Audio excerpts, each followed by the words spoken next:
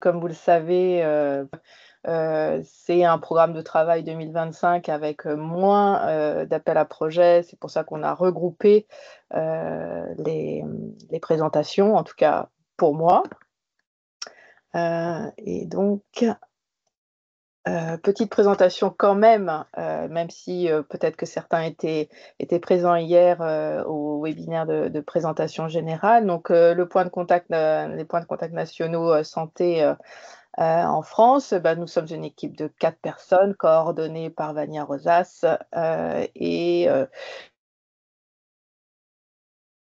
3 personnes, à commencer par Roxane qui est présente avec moi ce matin, Kevin Plouchard qui nous a rejoint, récemment, début février si je ne m'abuse, et moi-même, Catherine Tostin-Desmar. Vania bien sûr travaille à 100 PCN, et nous sommes à 40 de notre temps. On vous a remis comme d'habitude les contacts pour nous joindre, notre adresse mail, notre page LinkedIn et un lien aussi pour la liste diffusion. Il ne faut surtout pas hésiter à nous contacter par ce biais.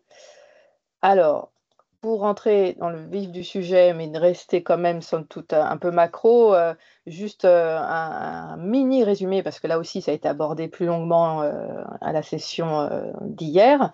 Donc, Horizon Europe, 9e programme cadre de recherche et innovation, pardon, sur 2021-2027. Nous sommes, un peu plus qu'à mi-parcours puisque nous sommes en Désolée pour le 2025. bruit. Il y a un micro qui est allumé. Merci. Heu Et le budget total d'Horizon Europe, tous, piliers confondus, équivaut à 95,5 milliards €. Je vous ai remis, l'architecture, d'Horizon Europe, et vous voyez que pour le volet santé, le cluster santé, qui se trouve dans le pilier 2, donc dédié au, projet collaboratif, le, montant total sur toute la période s'élève à 8,24 milliards d'euros. Les conditions de participation pour faire encore une fois très vite, mais peut-être que vous connaissez ça par cœur et j'en suis presque sûre. Donc un projet collaboratif, assez, multidisciplinaire. Hem, je vais faire ça. Hop, pardon. Hem, En recherche et développement avec un impact à la fois sociétal, donc au bénéfice du citoyen, des patients pour le cluster santé, et également impact économique et sur les systèmes de santé. Le financement, du consortium, il est, perçu par l'intermédiaire du coordinateur qui est le seul interlocuteur de la Commission européenne pour un bon fonctionnement, du consortium, principalement, mais pas que. Et bien sûr, qui dit consortium dit des bénéficiaires qui sont, pour la plupart responsables d'une activité ou d'un work package. Vous voyez que, un consortium, c'est environ 5 à 20 partenaires, des fois c'est bien plus, j'ai déjà vu le cas maintes et maintes fois. C'est pas toujours simple à gérer, mais ça arrive. Les budgets, en règle générale, sont entre 3 et 17 millions, et durent environ 4 à 5 ans. Voilà, donc pour faire simple, hem, les types d'actions financées, vous les connaissez, les RIA, donc les actions de recherche et d'innovation. Elles sont, sur la recherche, fondamentale et appliquée, concerne le développement et l'intégration de technologies, les essais, les validations de prototypes à petite échelle. Les actions d'innovation, concernent plutôt, des prototypages, des essais, des démonstrations ou des pilotes, la validation de produits à grande échelle ou des premières, commercialisations. Et les, projets peuvent inclure des activités limitées à la recherche et au développement. Les IA, le financement est à 100 pour les entités publiques et pour les autres, à hauteur de 70. Et enfin, troisième type d'action, les actions de coordination et de support.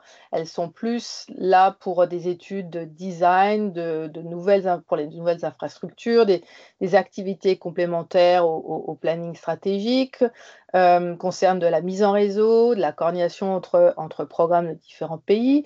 En fait, les CSA, elles aident aussi à bâtir les futurs appels à projets de la Commission européenne, ou à aider la Commission à affiner une politique qu'elle aimerait mener.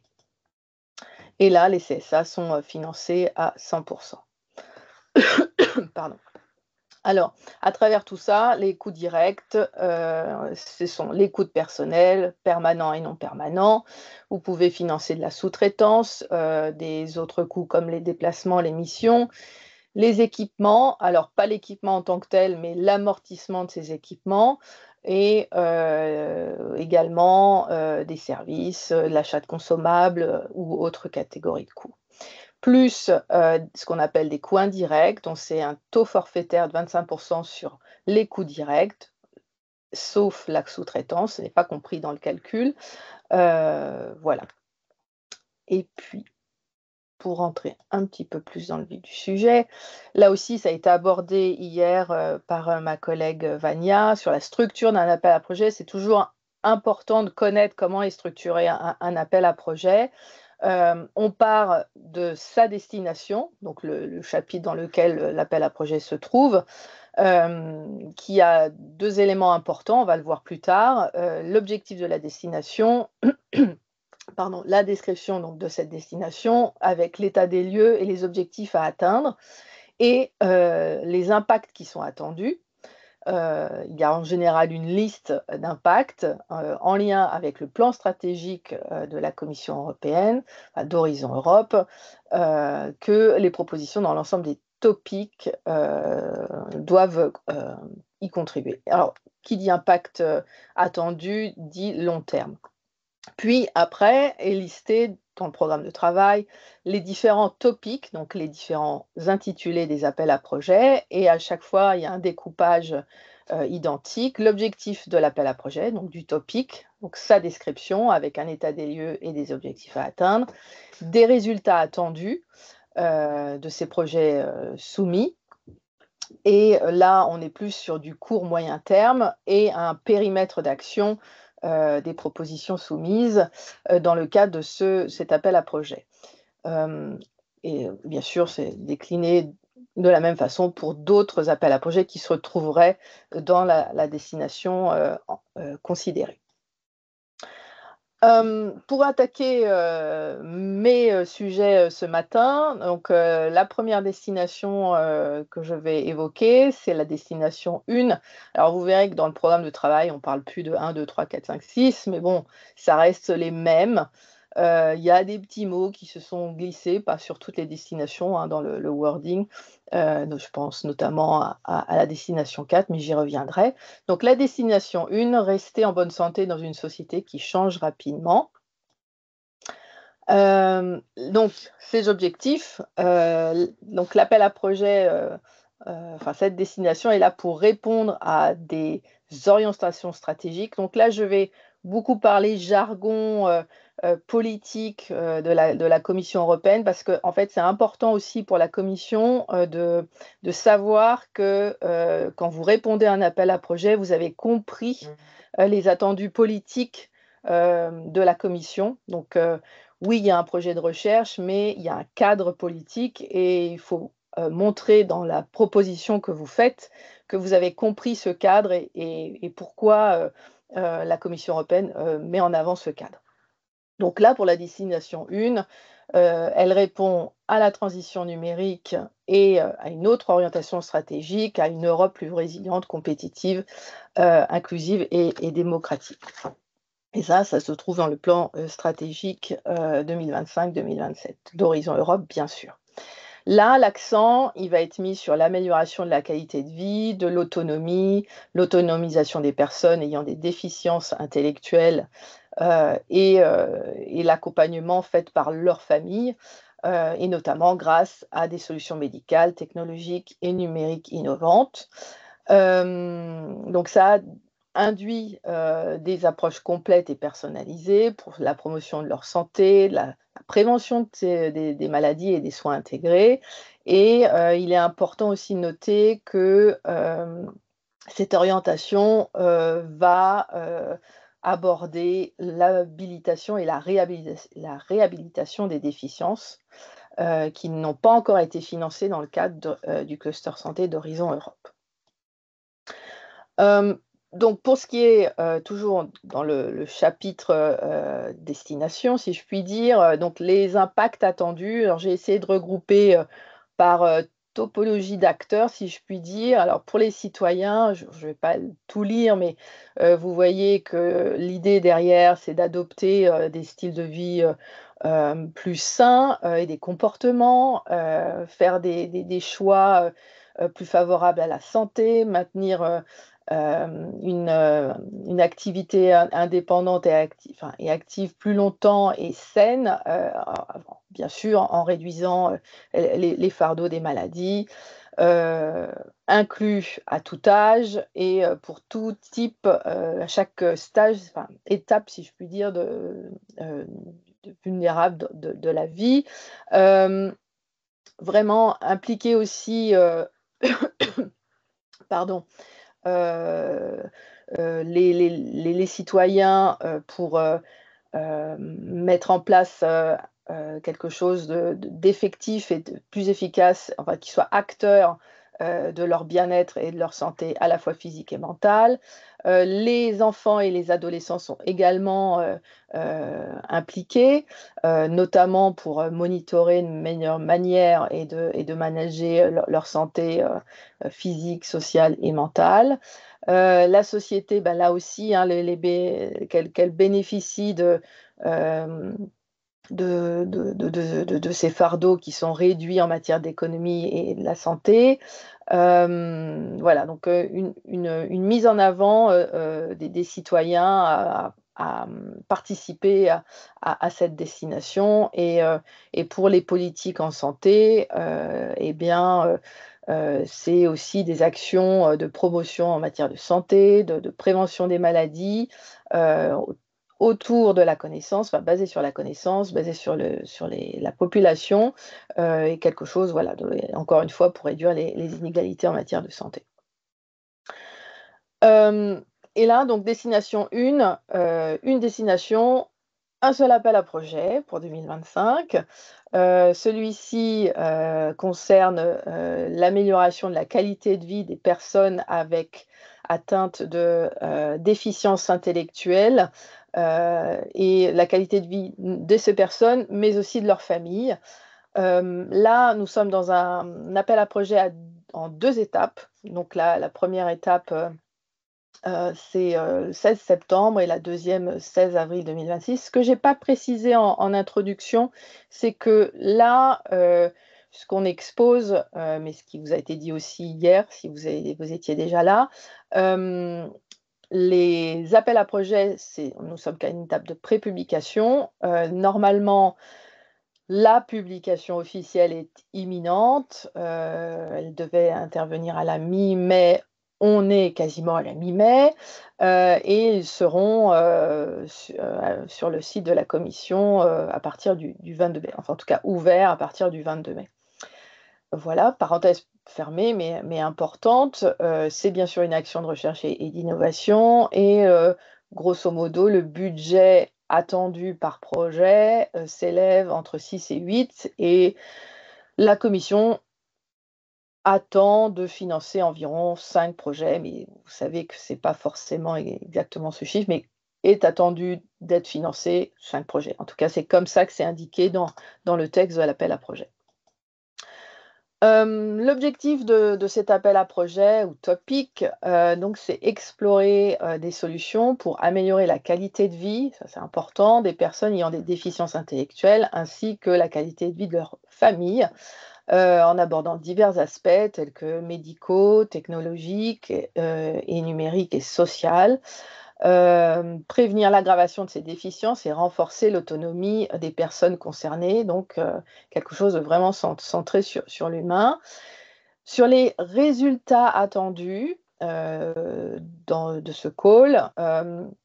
Là, vous savez que sont listées toute une série, en règle générale, de expected outcomes, de résultats attendus, pardon. Et là, la commission demande à ce que soit répondu à certains, enfin à plusieurs, several. Donc, ils sont également listés. Donc, je ne vais pas forcément tout lire, mais ça reprend, comme j'ai une destination, un appel à projet, ça reprend beaucoup les éléments de vocabulaire qui sont décrits vraiment en amont ou dans le descriptif de la destination. Donc ça, c'est tout à fait lié et là encore plus puisqu'on a un seul appel à projet. Pardon. Pour ce qui est des activités à poursuivre dans la réponse à cet appel à projet, eh ben, vous voyez qu'il y a une liste assez énorme, mais il faut en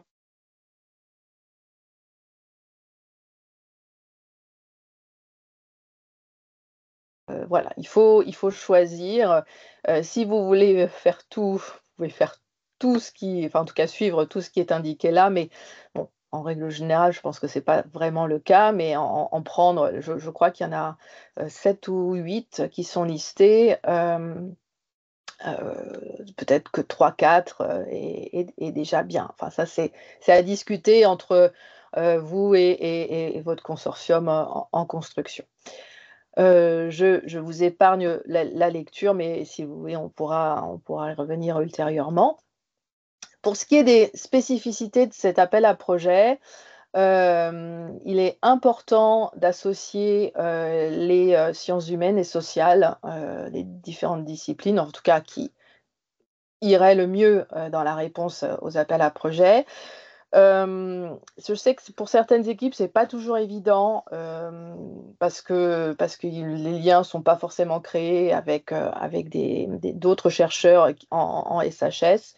Là aussi, si vos consortiums, peinent à trouver des expertises, il faut en fait se poser la question assez tôt, parce qu'en règle générale, c'est pas forcément au SHS qu'on pense en premier quand on bâtit son projet et ça, nos collègues du cluster 2, donc qui s'occupent des sciences humaines et sociales, nous le soulignent très régulièrement. Donc si vous vous interrogez sur qui inclure dans le consortium, il faut pas hésiter à nous en parler et également on peut vous mettre en lien avec nos collègues sur ces questions-là.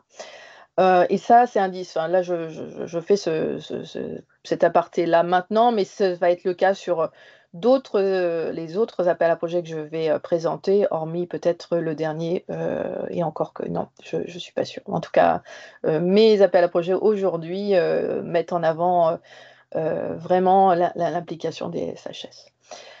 Autre spécificité de cet appel à projet, c'est participer à des actions de réseautage, enfin de réseau et d'actions communes dans le but. Et donc là, s'il y a ça qui est mentionné, il faut, dans la phase où vous allez commencer à bâtir un budget, réserver une somme dédiée à ces actions de networking. Il est également stipulé dans l'appel à projet que des complémentarités potentielles avec des projets financés dans le topic qui est indiqué ici, justement dans le cluster 2, donc des bonnes pratiques pour augmenter, pour une autonomie, pardon, augmenter des personnes avec des déficiences sont encouragées. Et enfin, les ressources en matière de données du European Health Data Hub sont évidemment mis en avant ainsi que l'utilisation du European Open Science Cloud. Si vous mettez en place des études cliniques et que vous êtes lauréat pour le passage en étape 2, eh bien, il faudra, comme d'habitude, remplir l'annexe dédiée aux études cliniques. Je me permets aussi de préciser ici que, donc ce topic, pardon, est en 2 étapes, comme vous l'avez compris, et donc la première étape se fait en évaluation à l'aveugle. Donc, là aussi, certains ont sans doute déjà expérimenté, ce sujet, si je puis dire. Il faut dans la partie B du document, enfin de la proposition, ne pas, faire en sorte plutôt de ne pas montrer, en tout cas que l'expert évaluateur ne puisse pas reconnaître telle ou telle partie prenante dans le consortium, ce qui n'est pas toujours facile, je le sais, enfin nous le savons. C'est pas un exercice facile quand d'habitude on expose l'état de l'art, on explique que telle équipe absolument essentielle est dans le consortium, et on donne toutes les caractéristiques pourquoi cette équipe s'y trouve, enfin, ou ces équipes. Donc là, non, il faut aucun signe distinctif qui permette de reconnaître que tel ou tel partenaire est présent. Je me permets d'insister parce que c'est pas toujours simple. Et voilà. Donc, et par ailleurs, la Commission européenne n'a pas forcément rendu un rapport très très clair, en tout cas moi j'ai pas vu, sur comment faire au mieux pour laisser aucun signe distinctif. Et enfin, qui dit 2 étapes, on l'a vu pour le précédent programme, vous devez bâtir à la deuxième étape votre budget en somme forfaitaire.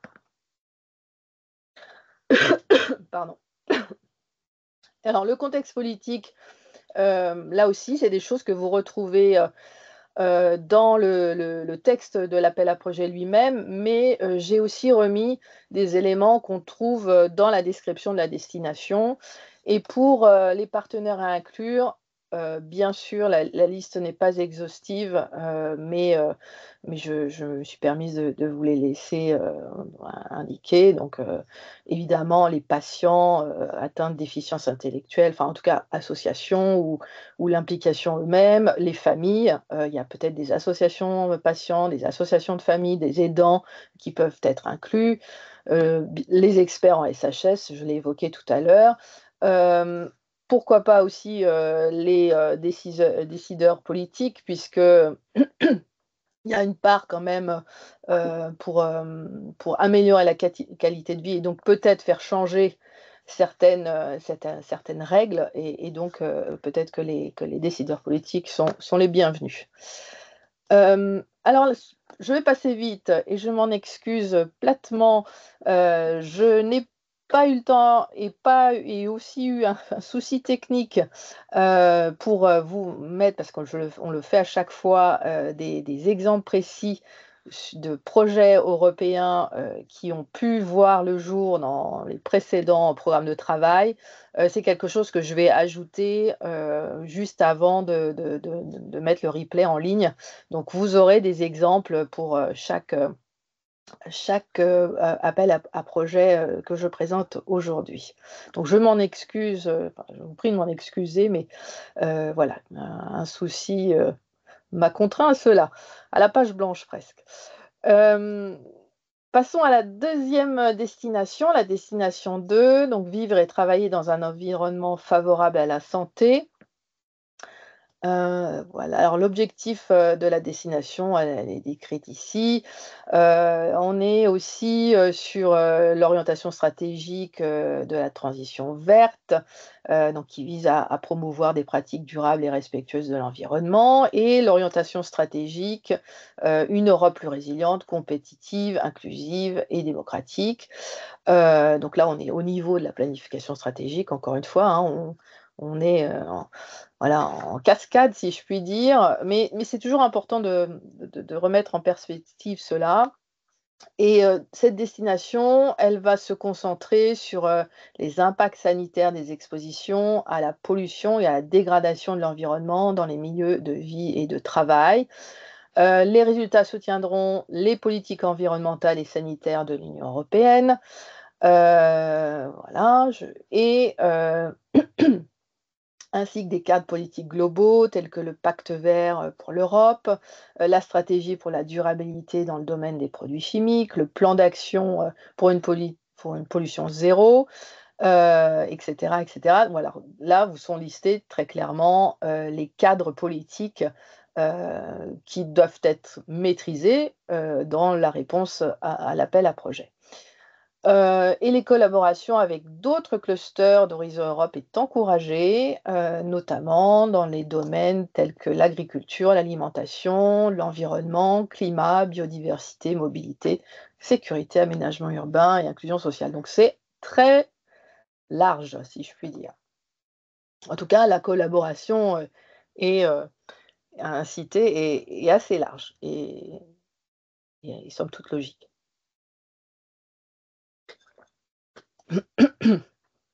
Sur les impacts attendus de cette destination. Donc là aussi, j'ai essayé de vous les rassembler par type d'acteurs ou de thématiques.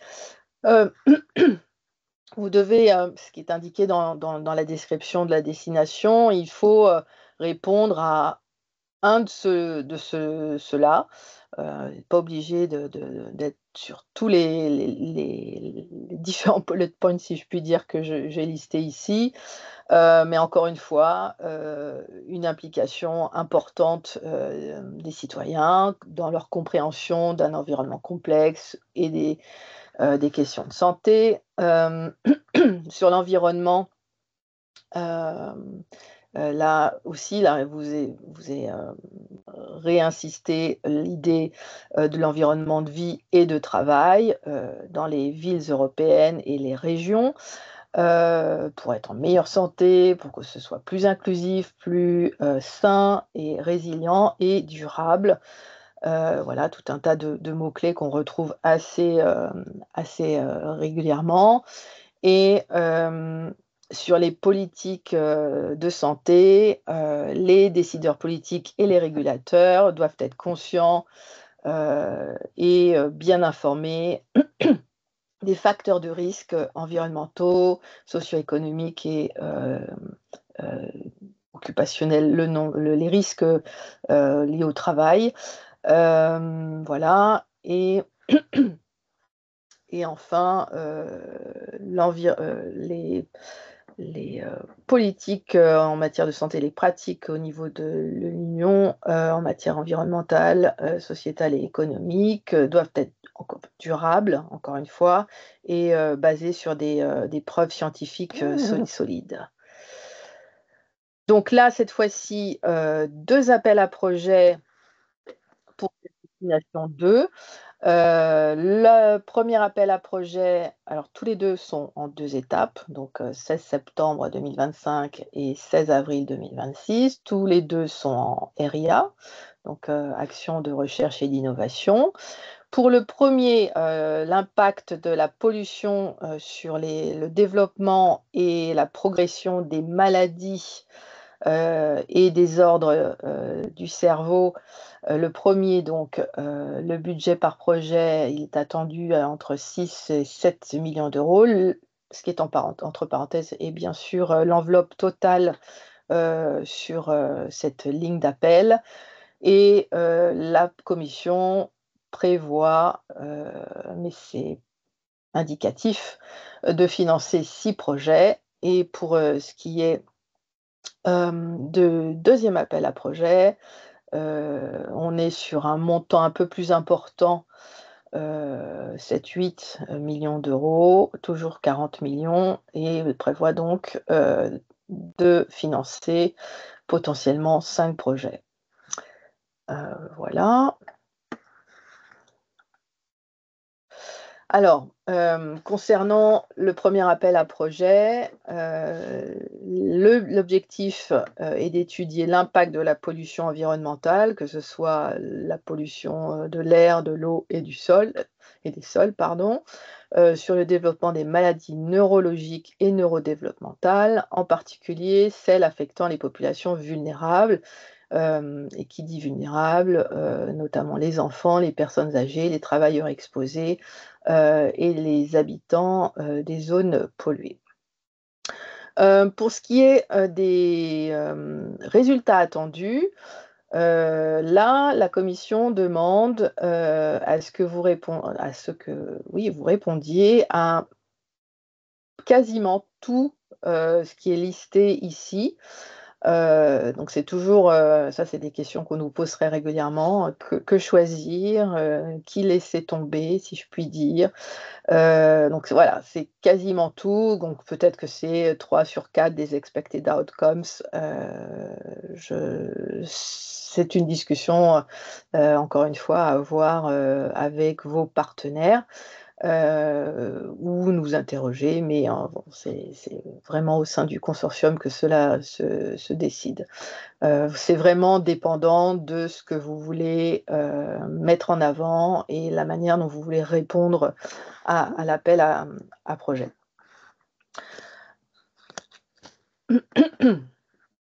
Donc je vous fais un peu grâce de la lecture complète. Hem, Là aussi, les propositions, qui seront transmises, doivent traiter de plusieurs aspects. Par aspect, on entend, activités, et vous voyez que là aussi, les activités, sont enfin en tout cas les possibilités d'activités sont importantes parce qu'il y en a, je crois 8. Et là l'idée est pas aussi enfin n'est pas forcément de vous faire, la lecture, bien précise. Mais il y a des choses, quand même particulièrement, heu, plus techniques.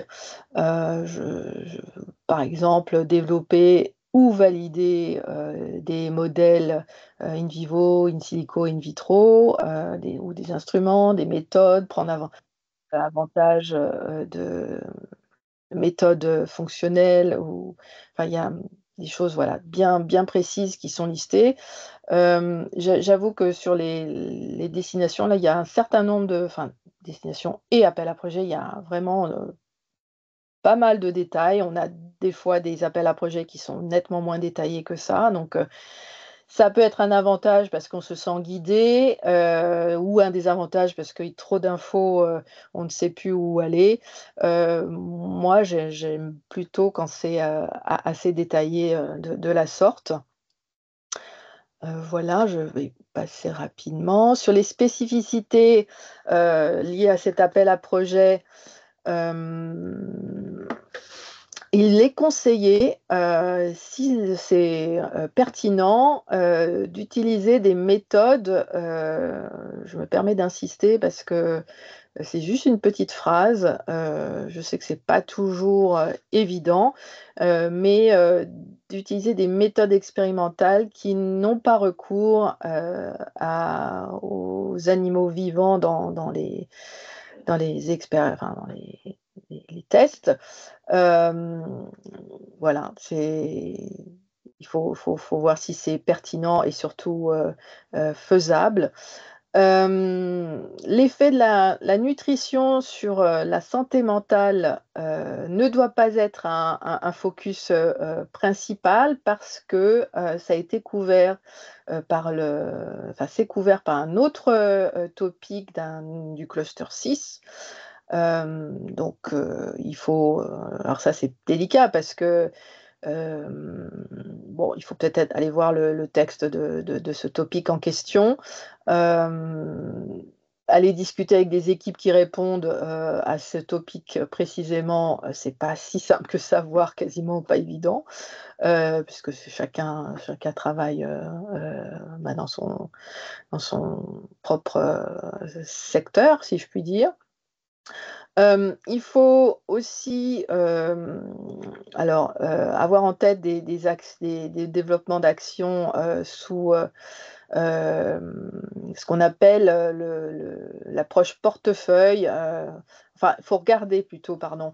Il y a oui, un portefeuille de recherche lié à l'environnement, enfin concernant l'environnement, le climat et la santé, qu'a développé, la Commission européenne. Je vous ai remis le lien, bien sûr, c'est des choses qu'on trouve dans le texte de l'appel, mais je pense qu'il faut, absolument aller regarder, les différents, éléments qui y figurent. La même chose pour, les actions, les activités, sur les, neurotoxiques environnementaux. Hem, Là aussi, il est important, d'impliquer, les, chercheurs ou experts en sciences humaines et sociales, heu, à déterminer quelle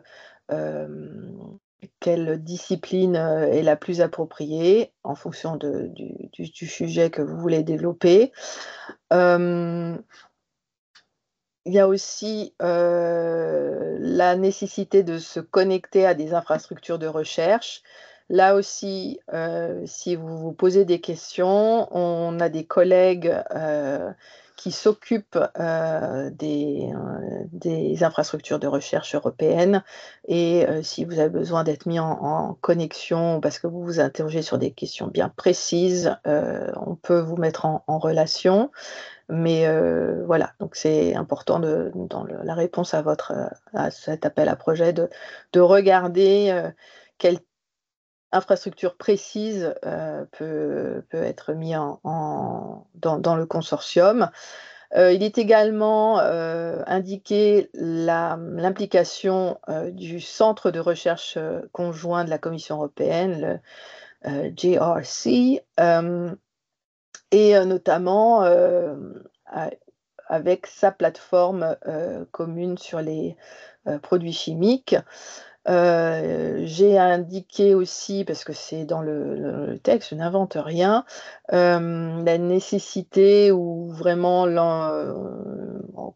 l'encouragement vif, à regarder, à travailler avec, l'agence, européenne sur les, produits, chimiques. Il y a l'agence européenne sur l'environnement. Hem et Une fois sélectionné, enfin si votre projet est sélectionné, la commission aura une approche dite cluster pour, faire participer à un réseau commun et à mener des activités, conjointes. Donc ce qui signifie encore une fois qu'il faut peut-être réserver une partie du budget, de votre projet à ce type, d'activité parce que le budget ne sera pas, additionnel en tout cas. Là encore, si vous envisagez, une ou plusieurs études cliniques pour répondre à cet appel à projet, il faut et si vous êtes lauréat, pour passer à la seconde étape, il faut bien sûr, remplir le, formulaire, qui décrit votre étude clinique. C'est toujours mieux, parce que vous sortez de la partie B et vous pouvez, plus clairement, exposer, l'étude clinique en question, et ça aide l'expert évaluateur à comprendre plus facilement sans doute, l'essai clinique ou l'étude clinique qui, va être mis, en avant dans le cadre de la réponse à cet appel à projet. Qui dit 2 étapes, là aussi, la première étape se fait, en évaluation à l'aveugle, je reviens pas dessus et le budget, s'établira en somme forfaitaire si bien sûr vous passez, à l'étape 2. Sur le contexte, politique, de l'appel à projet, hem, j'ai relisté, ce qui était décrit dans la destination, donc à la description de la destination, donc le pacte vert pour l'Europe, la stratégie pour la durabilité dans le domaine des produits chimiques, le plan d'action, pour une pollution zéro, le 8e programme d'action pour l'environnement, le cadre stratégique de l'Union européenne en matière de santé et de sécurité au travail, et le processus européen de l'OMS sur l'environnement et la santé. Donc des choses assez importantes, donc un cadre politique somme toute conséquent. Pour ce qui est des partenaires à inclure, là c'est pareil, assez classique, des cliniciens, des associations de patients. Ce que j'aurais pu mettre aussi, je ne l'ai pas mis, mais peut-être en lien avec le monde du travail. Ça, je crois que je l'ai mis sur le prochain, mais ils sont un lien important. L'expertise des sciences humaines et sociales, et pourquoi pas les autorités publiques ou les parties prenantes en matière de santé. Là, je passe vite. Donc 3e appel à projet et 2e pour la destination 2.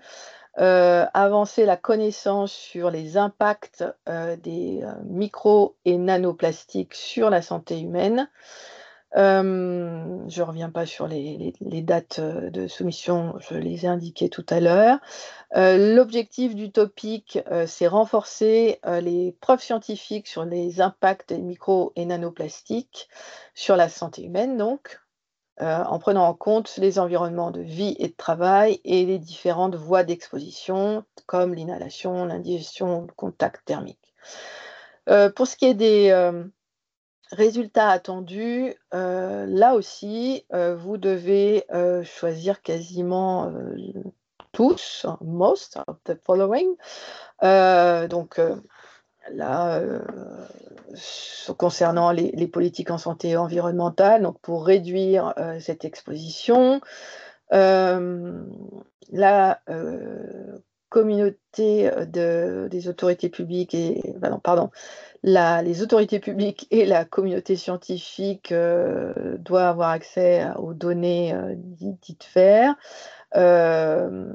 sur la question d'exposition humaine aux micro et nanoplastiques. Les citoyens sont informés de ces impacts d'exposition et adoptent des comportements pour prévenir, enfin protéger leur santé et réduire les impacts sur leur vie.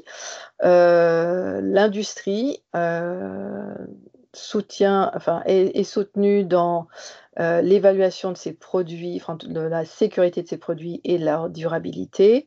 Donc là, il y a sans doute peut-être un partenaire industriel ou une association d'industriels, je ne sais pas, à inclure dans le consortium si vous choisissez bien sûr ce résultat attendu.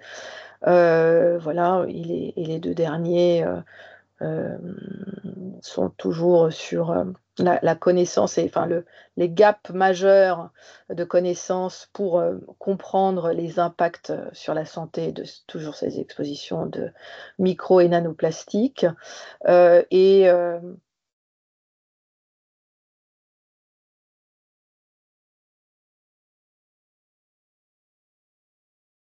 On t'entend plus.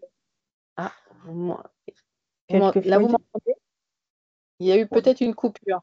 il y a des micro-coupures, Ah mince. mais c'est bon, on Euh, t'entend. Pardon. Merci Roxane. Non, j'étais en train d'indiquer les 2 derniers points, sur, les expected outcomes, qui devaient être, répondus. Je passe à la diapo suivante. Pour ce qui est du cadre et des activités à mener, et à faire figurer dans votre réponse, à cet appel à projet. Donc là aussi, vous voyez, une liste assez importante. Il faut choisir lesquels vous voulez mettre en avant. Donc là aussi, c'est plusieurs. Je crois que dans le texte, c'est several en anglais. Voilà, il faut choisir quels sont ceux qui vous paraissent plus en adéquation à votre réponse à l'appel à projet. ou inversement, de départ plutôt, de ces activités à mener, bâtir votre réponse à l'appel à projet.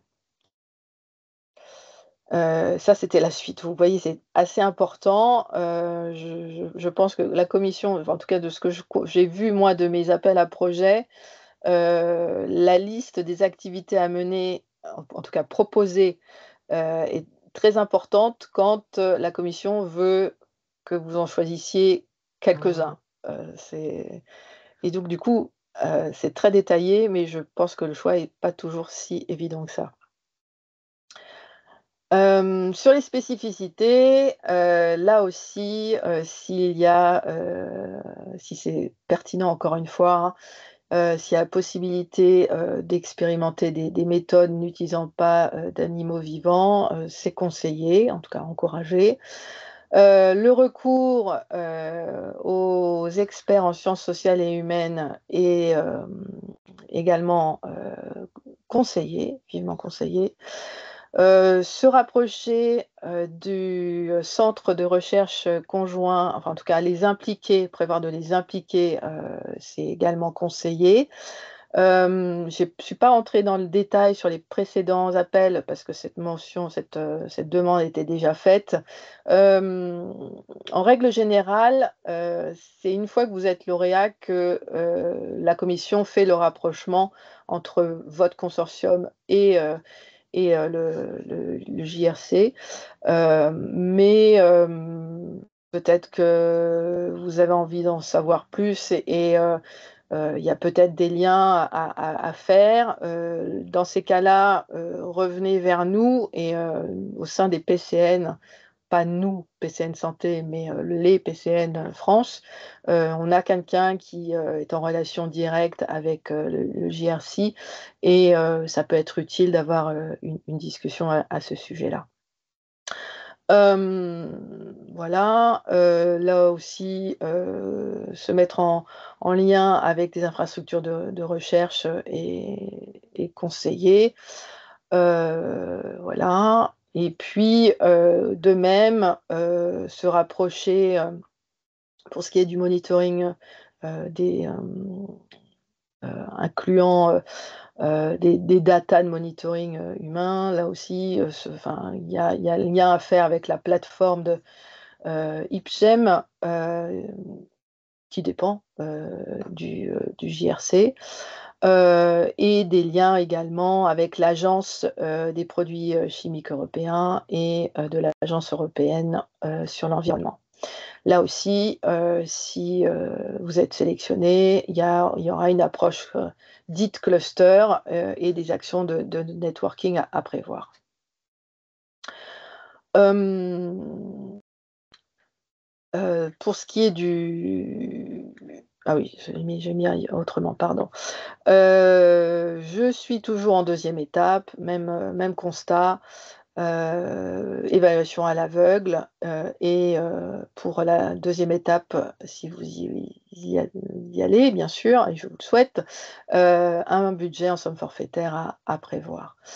Hem Et bien sûr, 3e point, s'il y a des essais cliniques, toujours pareil, l'annexe dédiée, à la description, de cette étude clinique, à remplir et à ajouter dans la réponse à l'appel à projet, concerné. Là encore, puisqu'on est sur la même destination, je ne reviens pas dessus, mais on est sur les mêmes, le même contexte politique, européen, c'est, tout à fait logique. Et pour les partenaires, ouais, c'est ici en fait que j'avais ajouté, l'association des travailleurs. Bon, il y a peut-être autre chose, hein, hem, il y a peut-être des choses en lien avec le monde du travail à ajouter, et sans doute qu'une expertise sur, le monde du travail en sociologie peut être intéressante, également en plus, la, l'excellence, de vos recherches, à mener. Hop, et pour ce qui est, de la quatrième destination et dernière pour aujourd'hui, donc garantir un égal accès aux soins de santé innovants, durables et de qualité. Là, cette fois-ci, alors non, je le dirai après, oui, quand même, on a un seul appel à projet. Mais toujours est-il que les objectifs de la destination, là aussi, répondent à un cadre stratégique, la transition numérique et aussi une Europe plus résiliente, compétitive, inclusive et démocratique. Toujours le plan stratégique 2025-2027. Donc, vous voyez que vraiment, on fonctionne en cascade. L'accent sera mis sur l'amélioration de la qualité de vie, l'autonomie et l'autonomisation des personnes ayant des déficiences intellectuelles et de leur famille grâce à des solutions. Je suis en train de me dire, peut-être que j'ai fait une bêtise là, mais bon, peut-être pas, non. Ça me fait penser à ma destination 1, puisque est mis en avant les déficiences intellectuelles. Soutenir les systèmes de santé dans leur transformation pour garantir un accès équitable à des soins de santé de haute qualité et durable pour tous les citoyens. Développer des solutions innovantes, pratiques, financièrement viables et évolutives dans les diverses dimensions des systèmes de santé. On a une approche qui est centrée sur le patient, évidemment, dans le but d'améliorer les résultats de santé des patients, les autonomiser, favoriser un dialogue actif entre les parties prenantes, etc. Le soutien aux professionnels et prestataires de soins de santé est également un point important. Améliorer l'efficacité et la rentabilité des soins de santé grâce à des solutions d'intelligence artificielle générative, ça c'est très important. Améliorer l'engagement et l'autonomisation des patients en augmentant les connaissances, la confiance et l'acceptation des outils d'IA par le public. Et donc, vous allez voir que pour l'appel à projet, le seul appel à projet de la destination 4 pour 2025, c'est exactement ces points-là. Là aussi, les impacts attendus, donc à long terme, il faut, dans le cadre de votre réponse, il faut en choisir un ou plusieurs. Là, il y a quatre points. Là aussi, j'ai essayé de vous les mettre par thématique, enfin, en tout cas par opérateur ou partie prenante, comme on dit, les citoyens. Donc, je ne reviens pas dessus, ça reprend vraiment beaucoup ce qui a été indiqué juste avant. Mais vous aurez les diapos, donc si vous vous posez des questions, n'hésitez pas à revenir vers nous, et en l'occurrence vers moi.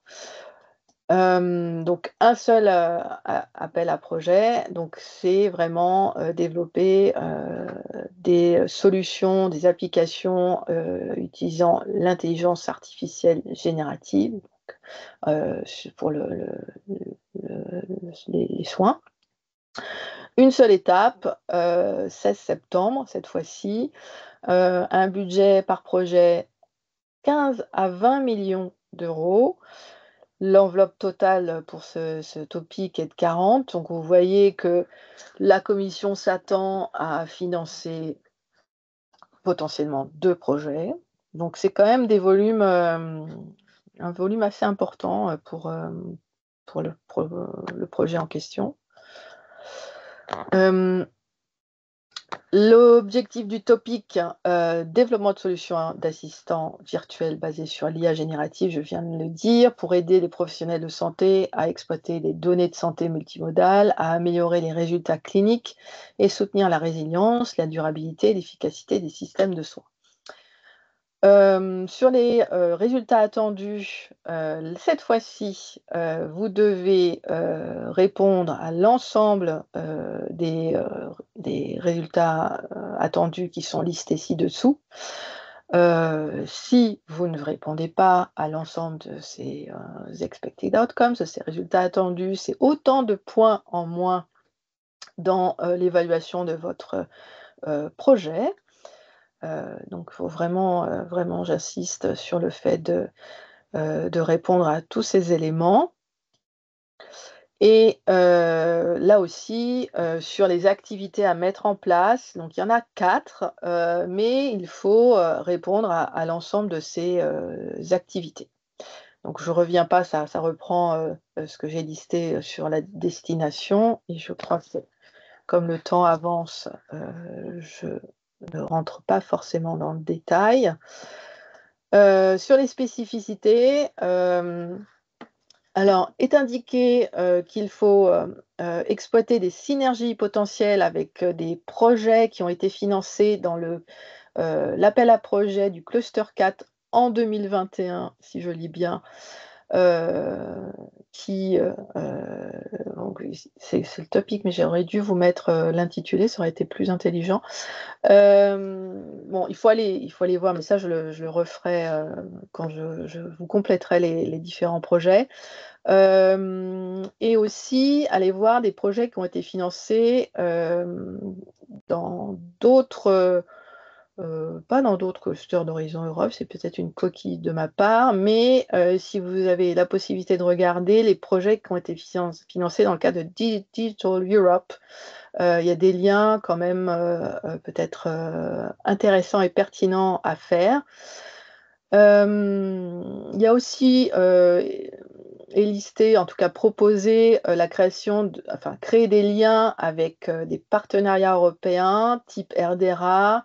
Le THCS, c'est sur la transformation des systèmes de soins, ou en tout cas aller peut-être discuter avec des consortiums qui ont répondu à des appels à projets de ces partenariats européens. Et le texte de l'appel indique aussi peut-être des liens à faire du côté de la mission cancer.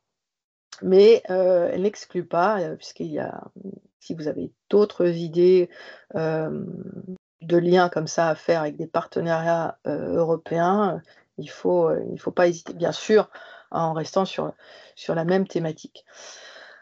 Là, il y a des éléments. J'ai une petite coquille. J'ai laissé des coquilles. Je reviendrai après. Là aussi, les SHS sont mis en avant. Il faut travailler avec des experts en sciences humaines et sociales. Et également, le lien à faire, encore une fois, je me demande si tous nos appels à projets du cluster santé ne sont pas en lien avec le JRC. Il faudrait que je revoie. Et aussi une approche de networking qui est à établir si vous êtes sélectionné. Et là, c'est une coquille puisque j'ai indiqué second stage et nous sommes en une seule et même étape. J'enlèverai cette petite mention. Sur le contexte politique, j'ai relisté ce qui est indiqué dans la description de la destination aussi.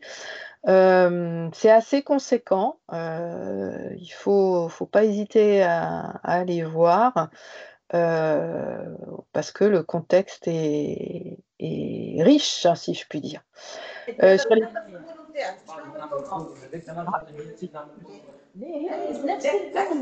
ouverts, Pardon, il y a des micros ouverts. Si vous pouvez fermer vos micros. merci. Sur les partenaires à inclure, bon, des cliniciens bien sûr, des hôpitaux, mais oui, des fournisseurs. Non, je ne traduirai pas. Les caregivers qui peuvent intervenir, des associations de citoyens, de patients, mais pas seulement. Les expertises en sciences humaines et sociales, je l'ai évoqué. Les décideurs politiques. Et j'ai pas trop insisté dessus, mais comme qui dit intelligence artificielle générative, dit très certainement association de PME qui travaillent sur ces questions-là, voilà, qui travaillent de concert avec les hôpitaux dans la mise en place de ce type d'outils dans l'hôpital. Donc ça, ce ne sera pas les académiques seuls, à mon sens, qui le feront.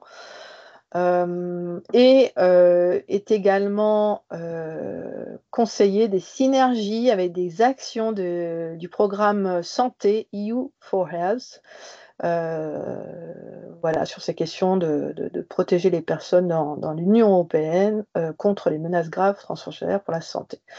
Je ne sais pas si ça vous parle précisément, mais en tout cas, là, on a l'impression, cet appel à projet vient vraiment créer des interactions ou des synergies avec des partenariats européens, d'autres programmes européens. J'ai parlé de Digital Europe, là c'est EU for Health. Donc le scope vraiment est plutôt très large.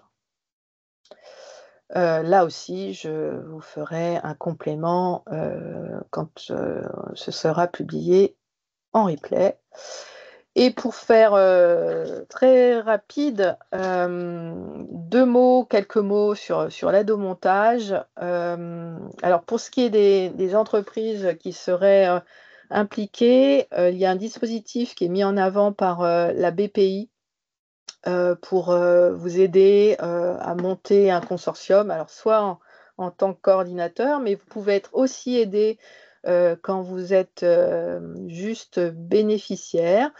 La subvention, elle couvre 50% du montant TTC. Vous avez une prestation adaptée aux besoins de l'entreprise si vous êtes entreprise. Bien sûr, le BPI s'adresse, je l'ai sans doute déjà dit, aux entreprises. Donc vous avez les montants qui sont indiqués. C'est un dépôt au fil de l'eau et qui s'adapte. Voilà, une demande qui est en ligne sur le site de BPI France. Vous avez les liens qui vont bien pour voir cela. Il y a un autre dispositif là qui s'adresse plutôt aux académiques. C'est le dispositif MRSI de l'ANR.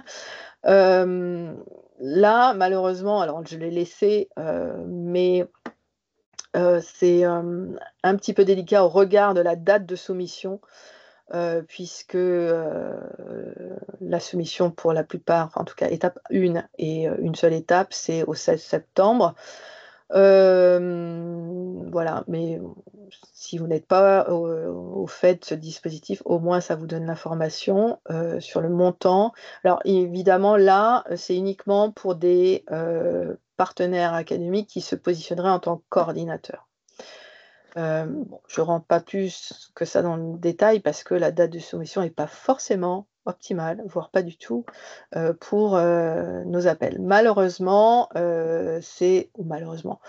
oui, la date qui aurait convenu, là, le 15 septembre, c'est pour la deuxième vague MRSI.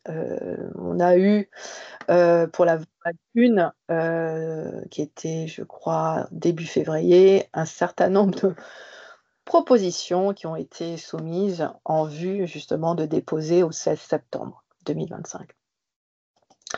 L'actualité du PCN pour faire très très vite, mais surtout les outils santé à solliciter. Donc on vous a remis un certain nombre d'éléments pour nous contacter, surtout pour faire partie de notre liste Relais Horizon Europe, pour participer à nos cafés, web cafés, de nos relais, pour que voilà, vous ayez un maximum d'infos et d'interactions avec nous sur les questions à poser, etc.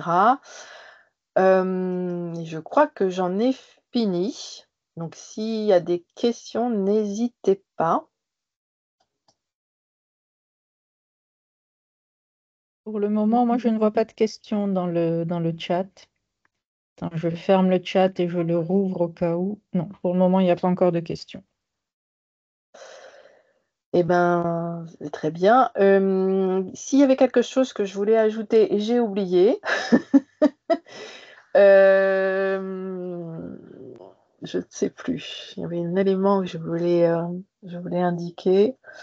Une question sur les partenaires. Est-ce que les partenaires privés peuvent être rémunérés? Dans quel Dans quel sens? En tout cas, un partenaire privé, PME, peut faire partie d'un consortium répondant à un appel à projet et donc peut se faire financer. Après, je ne sais pas si c'est de quel pays, mais tout à fait éligible au financement d'Horizon Europe. Je ne sais pas si je réponds bien, mais Oui, c'est-à-dire il faut faire attention quand vous dites rémunérer, si vous entendez par là rémunérer au sens du salaire, là, enfin, les coûts de personnel sont éligibles, mais voilà, c'est vraiment l'éligibilité à la subvention dans sa totalité. C'est ça, Catherine. C'est pas spécifiquement lié au salaire ou à la rémunération seulement. oui, pour moi, je pense que c'était plutôt ça, ouais. C'est ça. Mm. Après, vous nous direz si on a répondu correctement. Euh, Question pour ça, pour aider à trouver les partenaires SHS. ouais. Euh, premier élément de réponse, prendre contact avec nos collègues du PCN SHS, enfin, Cluster 2, sur les sciences humaines et sociales, la culture, etc. Parce qu'ils ont plus le réflexe que nous. Après, moi, j'avais déjà conseillé par le passé une équipe de se rapprocher de si vous avez je dis pas n'importe quoi, mais un exemple parmi tant d'autres, un PUPH qui a pas du tout l'habitude, de se dire: «Bah mince, quelle expertise en sciences humaines et sociales je vais mettre, dans mon consortium?» Bah, comment les capter, si je puis dire? Bah, moi, j'avais conseillé de se retourner vers le grant office de l'université auquel potentiellement pouvait être attaché ce PUPH, parce qu'il n'y a peut-être pas que des sciences de la vie dans son université, et il y a sans doute un volet SHS. Donc, c'est voilà, c'est des exemples comme ça. Et Émilie, je ne sais pas si je réponds très très bien, mais c'est une piste.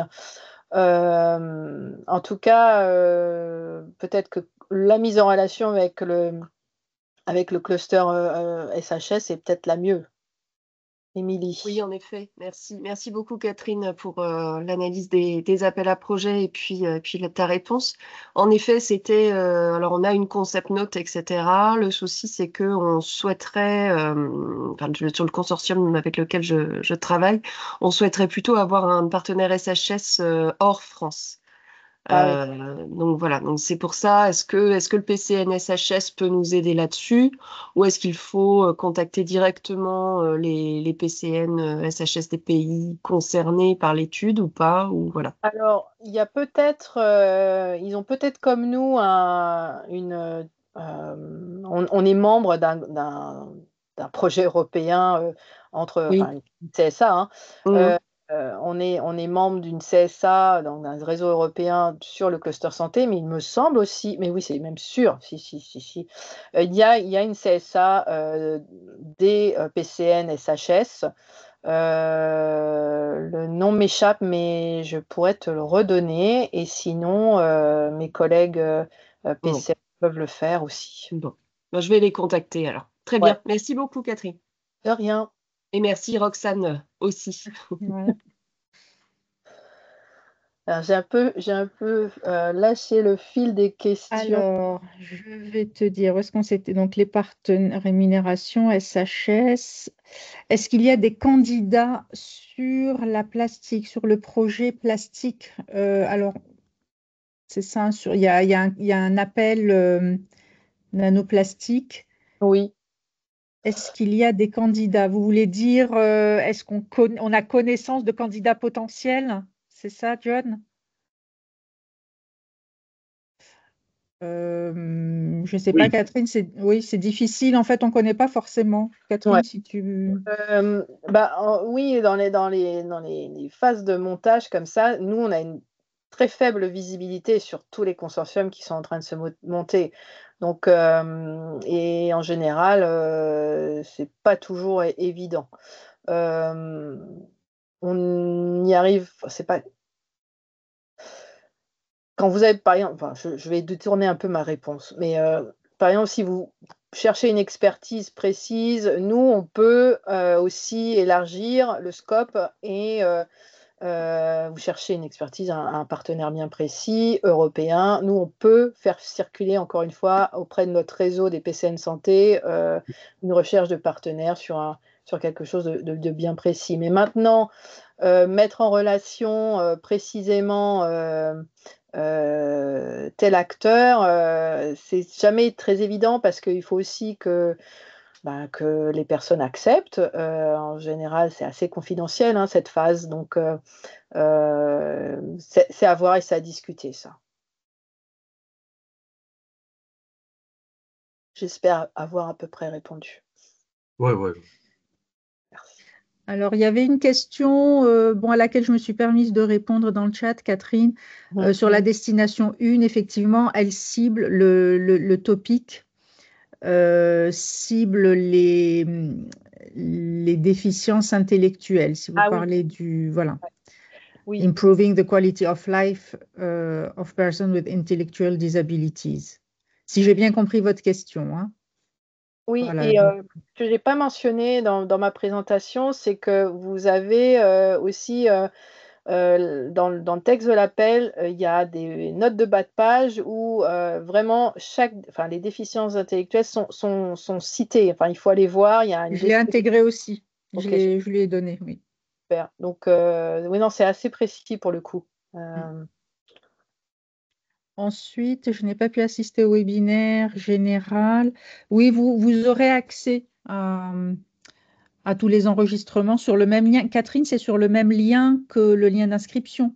Oui, oui, ce sera mis là-dessus. De toute façon, on refera une publication, vous indiquant très précisément, que ça y est, c'est en ligne. Heu et la visio et les PowerPoint, on remet ces éléments sur la page initiale d'information de cette session de webinaire. Oui, oui. Et Séverine a partagé, merci Séverine, le lien vers un webinaire santé et SHS qui s'est tenu fin avril, je crois. Oui, fin avril, et du coup, on vous transmettra toutes les informations parce qu'on est en train de tout mettre en ligne. Là, les participants ont déjà reçu les liens pour les présentations. Et je voulais signaler aussi, il y avait je crois que c'est la SDESR de Lyon qui avait fait aussi un répertoire des Ah oui, ressources SHS qui avait oui. été transmis au niveau du PCN Santé et qui est vraiment très, très riche. Après, ce n'est que le territoire Oui, lyonnais, mais c'est assez Ça donne. inspirant et c'est un travail important, je pense aussi.